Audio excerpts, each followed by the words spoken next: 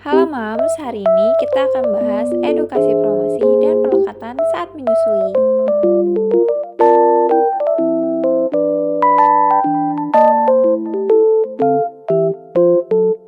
Apa itu perlekatan saat menyusui? Perlekatan menyusui adalah cara bayi menempelkan mulutnya pada puting dan areola payudara untuk menyusui. Perlekatan yang benar penting untuk memastikan bayi mendapatkan ASI secara optimal. Jika perlekatan menyusui tidak benar, bayi akan sulit mendapatkan ASI secara optimal. Bayi yang hanya menghisap bagian puting akan menyebabkan ASI tidak keluar lancar. Bayi tidak kenyang dan bisa memunculkan masalah di sekitar payudara loh, Mams. Berikut langkah-langkah pelekatan menyusui yang benar. Yang pertama, perhatikan posisi ibu dan posisi bayi. Yang kedua, pastikan posisi yang ibu pilih adalah posisi yang nyaman dan dapat dipertahankan jika ibu memilih posisi duduk. Yang ketiga, pilihlah kursi yang terdapat penyangga belakang agar punggung ibu dapat bersandar, dan ingat, kaki ibu tidak boleh menggantung ya. Lalu yang keempat, dekatkan posisi kepala dan badan bayi berada pada satu garis lurus menghadap payudara dengan perut ibu dan perut bayi saling menempel. Yang kelima, posisikan kepala bayi berada di daerah siku dan bokong berada pada daerah lengan. Lalu yang keenam, gunakan bantal atau selimut untuk menyanggah bayi. Yang terakhir, satu tangan lainnya mengarahkan payudara pada mulut bayi. Usahakan sebagian besar areola masuk ke dalam mulut bayi. Ini contoh perlekatan menyusui yang baik dan benar ya Mams. Macam-macam posisi menyusui. Yang pertama, posisi mendekap atau cradle hold. Posisikan badan dan kepala bayi berada pada satu garis lurus dan perut bayi menempel pada perut ibu, dan ibu dapat menggunakan tangan satu lagi untuk mengarahkan kepala dan leher ke payudara. Yang kedua, posisi menggendong silang atau cross cradle hold. Pada posisi ini, ibu tidak menyanggah kepala bayi dengan lekuk siku, melainkan dengan telapak tangan. Ibu mengharuskan memeluk kepala bayi agar dada dan perut bayi menghadap ke ibu. Ibu juga dapat menggunakan tangan sebelahnya untuk mengarahkan payudara ke mulut bayi. Yang ketiga, posisi mengempit atau football.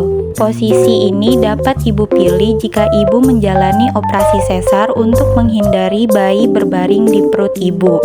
Posisi ini juga dapat digunakan jika bayi lahir kecil atau bayi kesulitan dalam menyusui.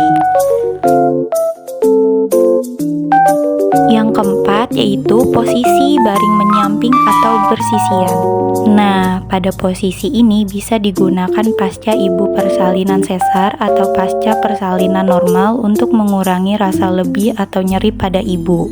Pada teknik ini, perhatikan jalan napas bayi, pastikan tidak tertutup oleh payudara ibu. Tips menghasilkan proses menyusui yang nyaman dan berkualitas. Pertama, mencuci tangan. Kedua, posisi nyaman dan santai. Ketiga, mengeluarkan sedikit ASI dan oleskan pada puting dan sekitar areola. Keempat, sebagai penyanggah tangan ibu saat menyusui. Kelima, kepala, lengan, dan badan bayi berada satu garis lurus di antara ibu dan bayi. Keenam, menjaga kontak mata antara ibu dan bayi. Ketujuh, mengarahkan payudara pada mulut bayi. Kedelapan, sebagian besar areola masuk ke dalam mulut bayi. Kesembilan, jika payudara sudah kosong, beralih pada payudara sebelahnya. 10. Menghindari muntah setelah bayi menyusu.